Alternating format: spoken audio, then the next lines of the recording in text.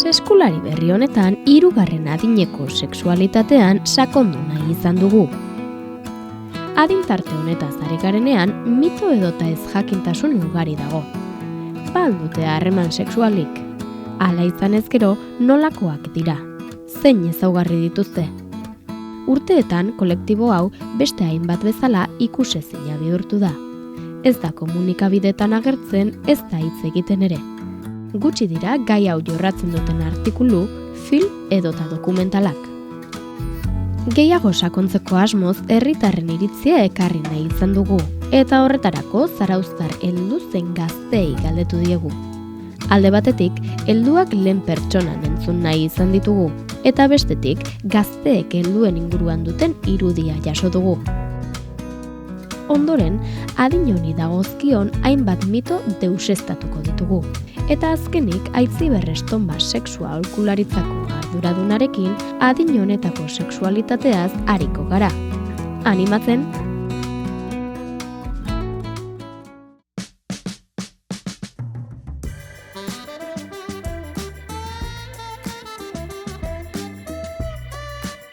Iruditzen zaizu zuen adinekoen artean sexualitate gaiaz hitz egiten dela? Oine lehen, dana pegatu zuen gukala ikasien dundako gara segitze dugu. Baina alarguna, no? Azikina. Gehiagi ez, dana itzein da dakauta. Ja, dana, bakiu dana. Oso gutxi.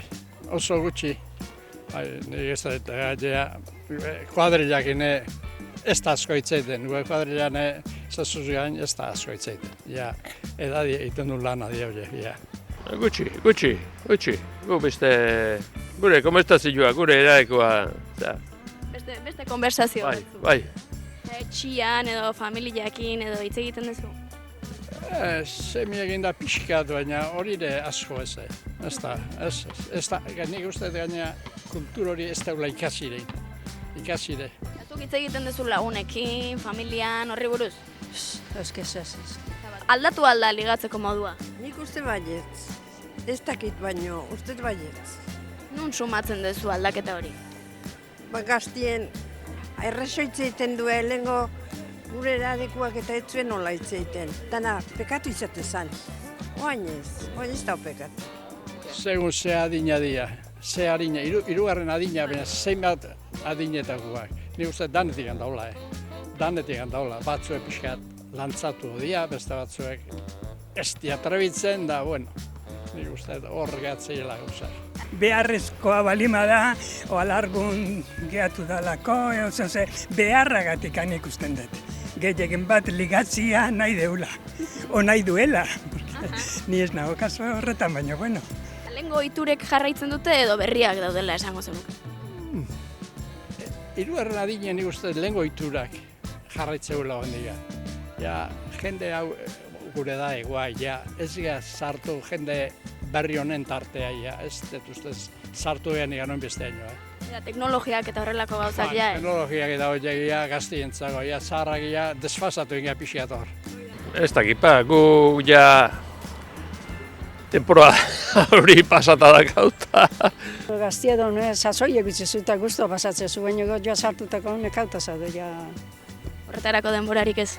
Eta goik ez. Denbora bai baina goik ez. Behar bada aurretik argitu beharko genuke, sexualitatea ez direla soilik harreman sexualak.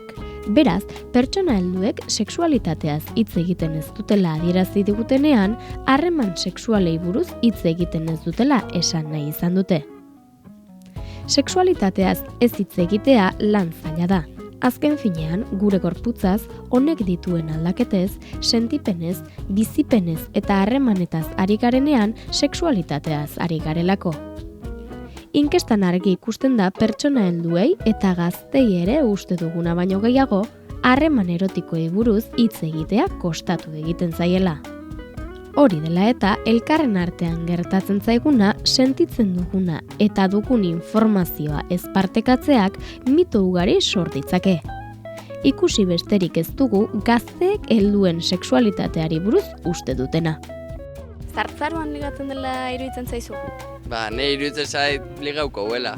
Gaztiak ligatzen saiatzean bezala, behaiek ere bai, aukerak anak aldunak ligauko. Ligatu bai. Itzein igual ez horren beste. Ja, ligatu bai. Ligatu bai, nik uste bait. Nire ustez hartzaroan jendean nahiago deskantzatu zua, beraie lan asko egin dute da nahiago dute bere azkenen momentuak deskantzatzen pasatu. Nik uste gaur egungo zaharrak ez dutela asko edo gehiagi ligatzen azkenene gaur egune mundua eta tradizio azkenen aldatzen ari joan heinean, nik uste beraieke atzera gelditzen ari den heinean, nik uste dut ez dut uste ligatzen duten ikan. Iruditzen zaizu zartzaroan gehiago praktikatzen dela sexua edo gutxiago, edo nola ikusten duzu hori? Ba, igual gutxiago, ez? Gutxigo. Zer gaitik edo? Ja urte asko balima makie batea, pues ja, ez? Hoi esateko, magia lasaitzen juteala. Gutxi jo, gaztia baino gutxi jo, pentsatzet. Espero behintzat bestela, jode. Igual ez horren beste, baino nahet pentsatu bat.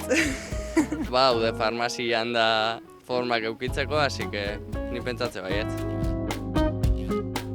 Kantitate kontuetan erori gabe, mito bat da helduek ez dutela harremanik, eta beraz, sexualitaterik ere ez dutela.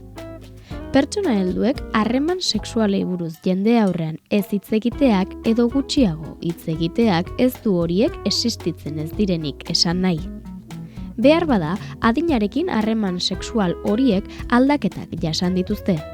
Baina guztiok bezala haiek ere plazera sentitu, jaso eta eskaintzeko gaitasuna eta eskubidea dute.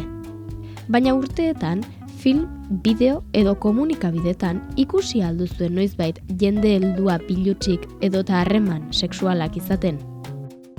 Gizarteak kolektibo hau ikusi ezin egin nahi izan du, haiek baimen edo eskubide gabe utziz. Bada garaia, helduek plazererako eskubidea dutela konturatu eta aldarrikatzeko. Haiek ondoren erabakiko dute izan ala ez, baina inork ez diezaiela aukera kendu. Hona hemen inkestan agertzen den beste mitoa. Plazera lortzeko bikotea behar dela. Alegia bikoterik ez dutenentzat plazera amaitu dela. Arestian aipatu dugun bezala, pertsona helduek plazererako bidea zabalik dute. Doainik da, bakarka zein bikotean eduki daiteke, oso osasuntsua da eta ez da beti orgasmoaren menpe egon behar. Gainera, bizitzaren ibilbide luze hau eginda pertsona helduek inor baino hobeto ezagutzen dituzte euren plazer iturriak. Ez dezagun ahaztu esperientzia postu bat dela. Zein ezberdintasun egon daitezke helduen eta gazten sexualitatearen artean? Ni da, ez dakit. Igual, heldua gozanean gehiago pasiba, hola, no, ja urte asko da, hola, gaztea zeinan, igual desberdina, gehiago, más momentuko plazerra. Nik uste zaharrak lasaio izango jala, gaztian aldian, más cariñoso, ez dakit. Baina lasaio. Heldutan maitasuna baita gehiago sartuko nun relazio sexualan barrun eta gaztetan azkenen, pues... Pasia edo. Pasioa, hoi da, disfrutea. Nire ustez, igual, zaharrenak lotxa gutxiagoak atela beste baino. Gazteak igual atrebidoagoak edo pausa adelanteagoak gehiago ematen dituzela, nik usten dut. Geroz da heldugu esperientzi gehiago katzu, eta bueno, esperientzia azkenen nik uste kasu enten hona dela, bai. Adin honen ezaugarriak, sexualitate ezaugarrietan da, beraiek ezin izan zutela gaiari buruz hitz egin, eta bueno, pixkat ohitura hori hartu zuten eta behar bada izan da gai bat ez dena ikutu. Horre daukan alde ezezkorra da, nolabait sortu daitezken mito guztiak. Zuk ezin badezu informazioarekin edo beste pertsonekin kontrastatu gertatzen zaizkizuna, zure bizipenak, zure zailtasunak eta zure abileziak, sortzen dira mito ugari, ezta? Eta gaina gehitu behar diogu garai honetan helduak diren pertsonak oso moral errepresiboan zeudena, Franco garaiko moral batean zeuden. Zer esan nahi du moral errepresibo batek? Dana bekatua zela, dana txarra zela, sexualitatearekin zer ikusia zuen guztia txarra zela. Orduan, horrek haiengan sortzen zuen kulpa, errudun sentimenduak, Baina, bueno, guazen alderdi baikorrekin ere, ez? Arau bat dagonean, ez? Eta zu ez bazaudea doz arau horrekin edo frankismoak proposatzen zizun moral horrekin, antolatu ziren eta araua puskatzea zijoazten eta, hausnarketa bat zegoen horren inguruan, ez? Zer gertatzen da gazteen sexualitatearekin? Bai, informazio asko dago, ugari, batzutan gehiegi, hori guztiak kudeatu beharra, baina horrek ere gazteengan eta guregan sortzen ditu idea batzuk, estereotipo batzuk. Eta ondo ez baditugu bideratzen ideia horiek edo nola izan behar den gure sexualitatea. Eta batez ere agian gure garaian kantitatean ezarritako sexualitate bada, badakigu ze ezaugarriak, zerbait izan beharrean lagungarria, izan daiteke zerbait diktadura moduan, azkenean asko itotzen gaituela. Zenik ez badakat sexualitate mota hori nolabait saltzen zaidana edo dagona komunikabidetan edo sufrimendua eragin dezake.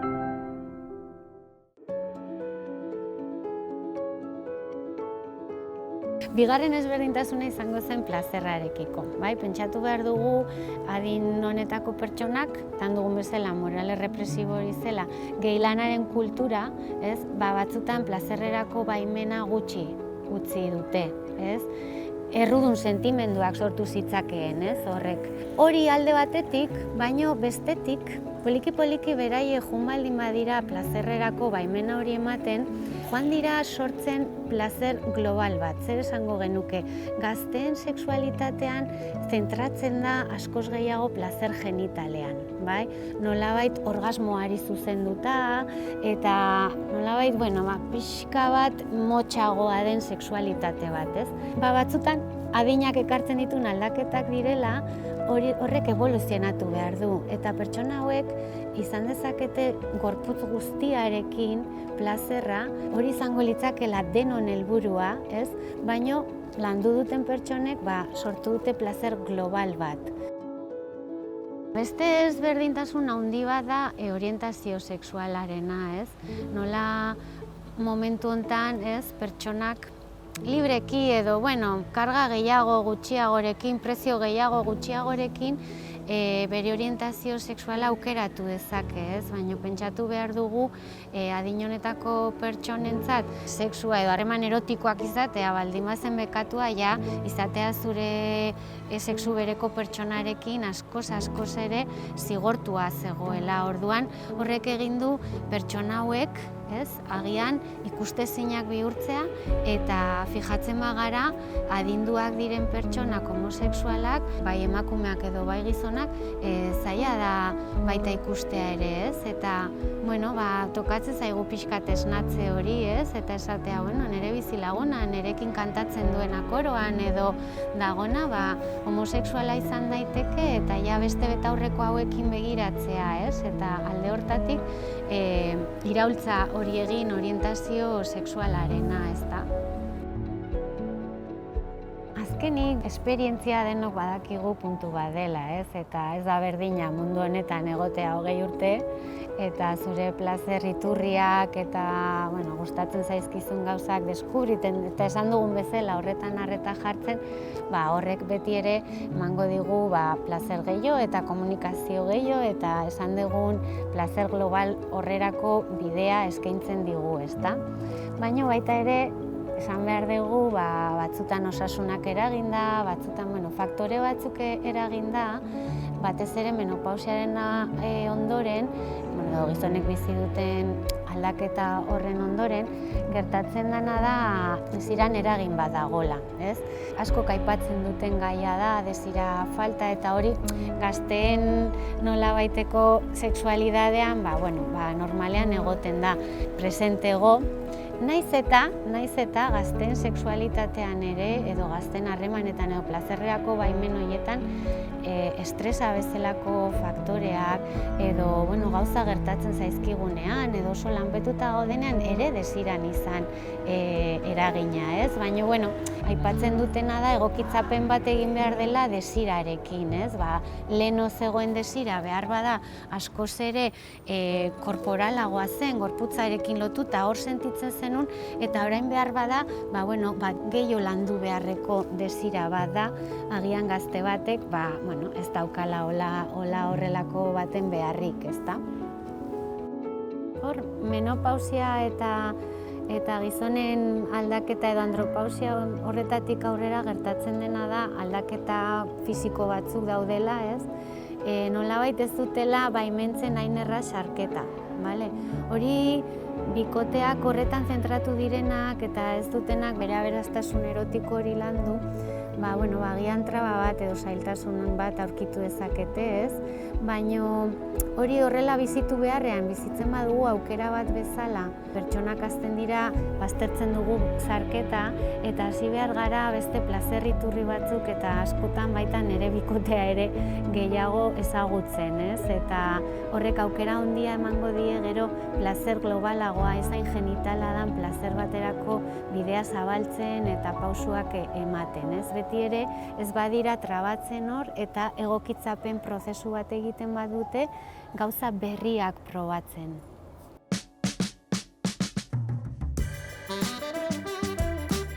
Sexuak ze alde positibo dituela esango zenuke 3. adinean? Oso ona. Beharrezkoa gainea, beharrezkoa. Ez dela, harremana galtzen bali maitu, adios, muy buenas. Dela ez dago pizipozik, ez da? Claro, horre ireman, inbertsatio pixkar. Nik uste eta sexuak bere alde ona dula gaina konbibentziak eta osasun alde etzagore ona dela uste dut. Ona da sexua? Ona, hori hartu eman horiek ona dia. Ja urtetan aurrea juteko. Mantendu behar da. Bai. Gaztia zanen oso ona, baina sartuteko? Gutxiago? Batez sartuteko. Badauzka alde txarrak edo ez aina honak behin? Sexua. Sexua? Ez gehala iristen igual, lehen bezala, baina bueno, alegintzen geha eta bueno, alegin egin ezkeo, adelante. Pertsona adinduen sexualitatea aztertzen ari garelarik, ez? Adina baino, 5 faktore daude eragingo dutena pertsona honen sexualitatea osasuntsua edo ez hain osasuntsua izatea. Eta horiek aztertuko ditugu. Alde batetik eta garrantzitsuena da osasuna. Gure gorputza ez bada ondo sentitzen, gure gorputza superbizitzan dago, ez dago plazerrerago, dago beste lan batean. Orduan zer egiten dugu, hain beharrezkoak ez dien gauzak, naiz eta badakigun behar bada plazerrak laguntzen duela eta osasuna ematen digula, gorputzak egiten du atentzioa jarri eta askotan hori alde batera uzten da. Argi dago pertsona bat osasuntsu ez dagoena lehenago utziko duela plazerra eta harremanak eta bestean zentratzeko lehentasun gauza batzuk direla. Eta hain okerra daukatenak ez dute izango hain sexualitate egokia osasuntsua hori dela eta. Bigarrena izango da moral sexual hori denok jaso dutena, ez? Nola jundian, beraien barrenean, hausnartzen, kontzientzia jartzen, zer balio dit, zer ez dit balio, zer erosten dut, zer ez dut hartzen, eta hori guztia niri egiten, ez? Zerrekin gelditzen naiz eta zer ez da ona niretzako, ez? Morala hor egongo da beti eta nola eragingo digun gure esku dago. Nik ez badut moral sexual hori planteatu, azkenean oso mugatua izango da. Hirugarrena izango da, zenbat denbora, zenbat atentzio, zenbat arreta jarri dio da nire bizitza erotikoari. Nire gorputza gimnasioan 6 ordu eginda zerbait lortzen badut, gauza bera gertatuko da nire plazerrarekin, nire harremanekin. Ez badiot arreta jarri, eskasa eta pobre izango da. Baina jarri badiot arreta eta gainera denborarekin junba naiz aldatzen, evoluzionatzen, hobetzen, zabaltzen, hori izango da emaitza, ez da? Bizitza erotiko bat asko zabalagoa eta askoz ere plazenterogoa. Gero oso garrantzitsua batez ere bikotean dauden pertsonentzat, ez? Askotan gure bizitza erotikoa pobretzen da gure bikotean daukagun harremanangatik. Hori faktore zuzena da. Ni ez banago ondo pertsona horrekin arlo erotikotik kanpo eragingo du horretan. Eta arlo erotikoan ere gaizki baldin banago pertsona horrekin, segurazko konbibentzian edo elkarbizitzan ordun eragingo du. Hau beti bezala, ez? Bikotea igual ez du asko eskatzen, baina zerbait bai, ez? Igual zaindu, denbora, jarri, begirada, mimoak eta azkenean zainketa eta komunikazioa, ezta? Bikoteak eta pertsonak zaindu dutena hau, bere gora berekin, bere momentuekin, batzutan hobeago, beste batzutan okerrago, baino gogoa izan dezakete harremanak izateko, ezta? Eta esan dugun aurreko guztia garatzeko, baino ez bada landu, hortxe bizi naiz beste pertsona batekin, baino ez dut konpartitzen hori guztia berarekin. Eta azkenik bizitzarako jarrera, esan nahi dut, badaude pertsonak bizitzeko gogoa dakatela, eta hori da sexualitatea, ez? Sexualitateaz gozatzeko gogoa daukatenak, begiratzen dutela bizitza aukerak bezala, eta ez pasatze bat besterik ez, ilusioz, gogoz, eta horrek guztiak sexualitatean eragingo du, argi dago.